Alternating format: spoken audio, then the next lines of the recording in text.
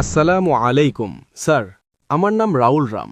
আমি আপনার কাছে একটি প্রশ্ন করতে চাই যে আমাদের ধর্ম ভুল নয়, ভুলগুলো আমরাই করি। জিনা করা আমাদের ধর্মে হারাম, মদ পান হারাম, জিনা হারাম, মানে যত ভুল কাজ আছে সবই ভুল, তাতেও লেখা আছে। আর এটা ইসলামেও আছে। এই দুটোর মধ্যে কমন তো ভালো কথা, দুই দিকেই আছে, কিন্তু এই কারণে আমাদের দোজখে ফেলে দেওয়া হবে যে আমরা শুধু কালিমা পড়ি না। অন্যদিকে আমাদের মধ্যেও সেই একই জিনিস আছে, শুধু ইবাদতের নিয়ম আলাদা। বাকি বাস, প্রশ্ন এতটুকুই। ভাই সাহেব, আপনার নাম কি? রাউল রাম। রাউল রাম একটি ভালো প্রশ্ন করেছেন। তিনি বলেছেন যে তাদের ধর্মগ্রন্থেও জিনা হারাম, যা সম্পূর্ণ সঠিক। তাদের ধর্মে মদপান হারাম বলা হয়েছে, তাও সঠিক। আপনি যদি আমার বয়ান শুনে থাকেন, হিন্দু ধর্ম ও ইসলামের সাদৃশ্য, আপনি কি সে বয়ান শুনেছেন? জি জি।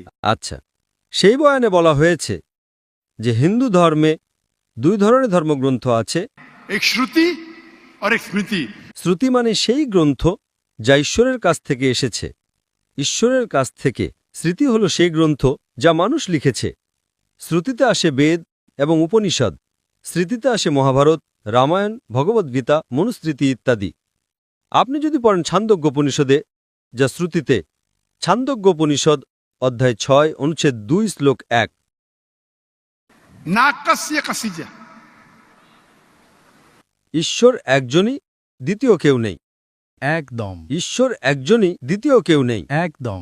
আপনার ধর্মগ্রন্থে লেখা আছে শ্বেতাশ্বতর উপনিষদে অধ্যায় 4, श्लोक नंबर 9, नाकस्य कसिज जनिता न पदिपा। नाकस्य कसिज जनिता न चदिपा। যার অর্থ হল সেই ঈশ্বরের কোনো পিতামাতা নেই, না মা, না বাবা, না সন্তান। ঠিক আছে। লেখা আছে শ্বেতাশ্বতর উপনিষদে অধ্যায় 4 শ্লোক 19, न तस्य प्रतिमा अस्ति। প্রতিমার শাব্দিক অর্থ হল ছবি, पिक्चर, फोटो। মূর্তি, প্রতিমা, চিত্রকলা। न तस्य प्रतिमा अस्ति। সে ঈশ্বরের কোনো ছবি নেই, কোনো চিত্রকলা নেই, কোনো ছবি নেই, কোনো মূর্তি নেই, কোনো ভাস্কর্য নেই। এটি লেখা আছে যজুর্বেদের 32 অধ্যায় 3 নম্বর শ্লোকেও। न तस्य प्रतिमा अस्ति। তো আপনি যদি ঈশ্বরকে মানেন এবং ঈশ্বরের মূর্তি বানান, তাহলে তা ভুল।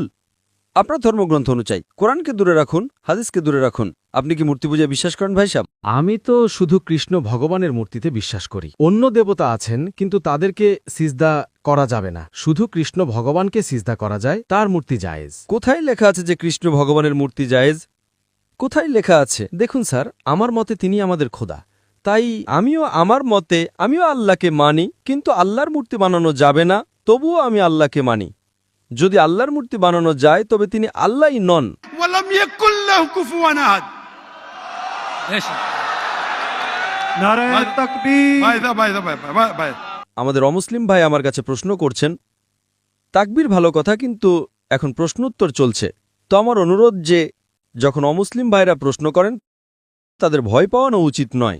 তাদের মনে হওয়া উচিত যে আমরা পারস্পরিক ভ্রাতৃত্ব রাখি। সঠিক। তাদের ভয় পাওয়ানো উচিত নয়, যদিও তারা ভয় পান না, মাশাল্লাহ। কিন্তু আপনারা এমন কিছু করবেন না যাতে তারা ভয় পেয়ে যায়। না না আপনি ভয় পাবেন না ভাই সাহেব, এরা শুধু তাকবীর দিচ্ছে।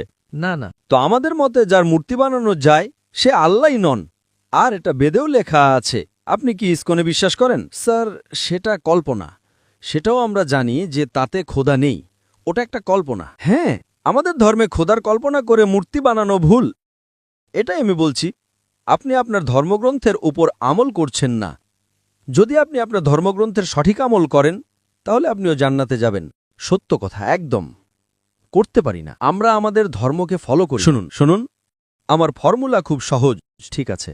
कुरान मजीद में लिखा है सूरह इमरान में सूरह नंबर 3 आयत नंबर 64 में, तालौ इला कलिमतिन सवाइम बैना व बैनकुम। এসো সেই কথার দিকে যা আমাদের ও তোমাদের মধ্যে একই। ঠিক আছে, আমরা আজ মানি যা আমাদের ও তোমাদের মধ্যে এক, কমপক্ষে তার ওপর তো আমল করি। আমার ফর্মুলা ইউনিভার্সাল, পুরো ভ্রাতৃত্ব। আমি বলি বাইবেল নিয়ে আসুন, বেদ নিয়ে আসুন, কোরআন নিয়ে আসুন। বেদ অনেক বড়, বাইবেল কোরআনের চেয়ে 3 গুণ বড়। আমরা আজ ওয়াদা করি যে যা এক কমপক্ষে তার উপর তো আমল করি। যা এক নয় তা পাশে রাখি, কাল আলোচনা করব। যা এক তার উপর তো আমল করি। বাইবেলে লেখা আছে, বেদে লেখা আছে, খোদা এক, খোদার কোনো ছবি নেই। আপনি যদি খোদার ছবি বানান তাহলে আপনি বেদের বিরুদ্ধে যাচ্ছেন। শুধু কৃষ্ণের বানালেও ভুল স্যার, ওটা ভগবদ্গীতায় লেখা আছে। তাই ভগবদ্গীতা স্মৃতি। ভগবদ্গীতা মহাভারতের একটি অংশ, ঠিক না? ঠিক। ভগবদ্গীতা মহাভারতের একটি অংশ, ঠিক। মহাভারত একটি স্মৃতি।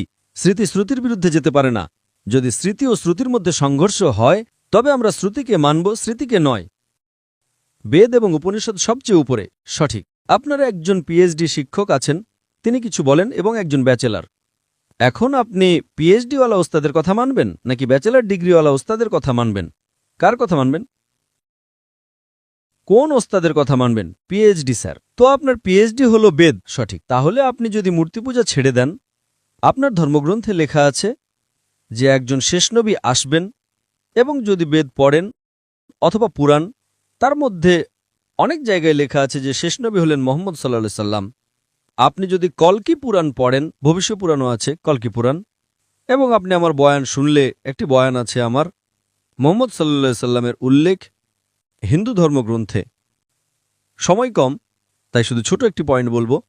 আপনি যদি কল্কি পুরাণ পড়েন, श्लोक नंबर 5, 7, 11, 15, 17 তাতে লেখা আছে যে একজন অবতার আসবেন, आखिरी अवतार आएंगे जिसके वालिद का नाम है विष्णु यास। বিষ্ণু মানে ঈশ্বর, জি জি। ইয়শ মানে তার বান্দা, তার সেবক। আরবিতে অনুবাদ করলে তা হয় আব্দুল্লাহ। শেষ নবী আসবেন যার পিতার নাম আব্দুল্লাহ, তার মায়ের নাম সুমতি। সুমতি সংস্কৃত মানে শান্তি, শান্তি। আরবিতে বললে আমিনা। মোহাম্মদ সাল্লাল্লাহু আলাইহি ওয়াসাল্লামের মায়ের নাম ছিল আমিনা।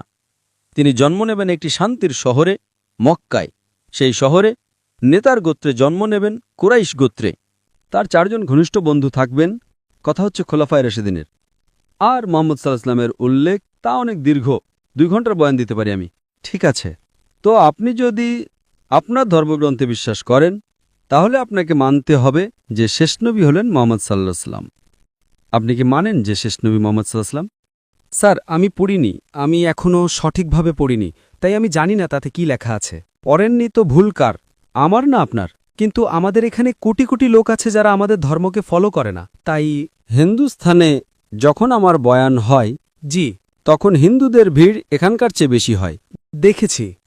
5 লাখ, 10 লাখ, 25%, 20% অমুসলিম থাকে, 20% হিন্দু থাকে। তো 10 লাখের 20% কত হয়? 2 লাখ। এটা তো 2 লাখের ভিড় নয়, তাই না? কারণ হিন্দুস্থানীরা আমাকে অনেক ভালোবাসে। জি, এবং অমুসলিমরাও ভালোবাসে। এই পলিটিশিয়ানরা সমস্যা করে, ভোট ব্যাংকের সমস্যা। তারা ভাবে যে আমরা তো হেরে যাব এখন। হিন্দুরা যখন আমার বয়ান শুনে তখন বলে যে 2 ঘন্টায় আমরা যা শিখেছি তা আমরা 40 বছরও জানতাম না। ঠিক আছে, তো আমি আপনাকে এখন প্রমাণ দিলাম, রেফারেন্সের সাথে আপনার ধর্মগ্রন্থের প্রমাণ দিলাম। तो आप अगर सच्चे हिंदू हैं তাহলে আপনাকে মানতে হবে যে ঈশ্বর একজন, সেই ঈশ্বরের মূর্তি নেই, তার শেষ নবী হলেন মোহাম্মদ সাল্লাল্লাহু আলাইহি ওয়াসাল্লাম। এখন কি আপনি আপনার ধর্মগ্রন্থের উপর আমল করবেন? জি, করব। যে জিনিসটা কমপক্ষে তার উপর তো আমল করুন। যা সংঘর্ষতা পড়ে, আমি এগুলো জানি, আমি বয়ান দিয়েছি। এতে লেখা আছে যে হিন্দু ধর্মগ্রন্থে মদপান হারাম, কোরআনে লেখা আছে।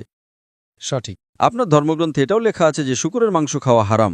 সঠিক। তাহলে আপনার ধর্মগ্রন্থ কোরআনের চেয়েও কঠোর।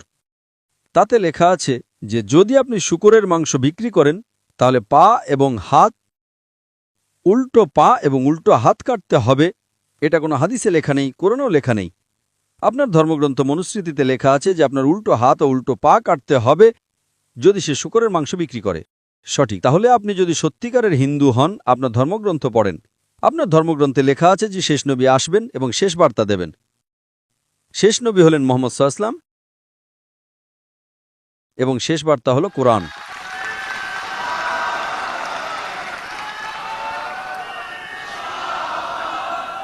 যদি আপনি যদি সত্যিকারের হিন্দু হন তাহলে আপনাকে কোরআন এবং মোহাম্মদ সাল্লাল্লাহু আলাইহি ওয়াসাল্লামের কথা মানতে হবে।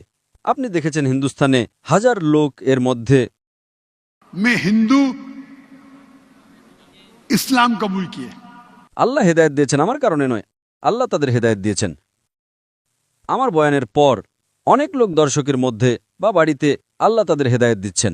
আমি আপনাকে জিজ্ঞাসা করতে চাই, আপনি কি মানেন আল্লাহর শেষ নবী মোহাম্মদ সাল্লাল্লাহু আলাইহি ওয়াসাল্লাম? স্যার, আমি এখনো দেখব, গিয়ে পড়তে হবে গ্রন্থ, যদি তাতে থাকে তাহলে ঠিক আছে। তাহলে আমার আপনার কাছে অনুরোধ, আপনি আমার ভিডিও দেখুন হিন্দু ধর্ম ও ইসলামের সাদৃশ্য। আচ্ছা, আর সেটা দেখার পর যদি কোনো প্রশ্ন থাকে তাহলে আমার কাছে এসে জিজ্ঞাসা করুন। যদি আপনার বিশ্বাস আসে যে এটা সত্য, তাহলে আমি আপনাকে দাওয়াত দিচ্ছি যে সত্যের বার্তা গ্রহণ করেন। জি, এবং ইনশাআল্লাহ তা আপনার মুক্তির পথ হবে ইনশাআল্লাহ। ধন্যবাদ স্যার।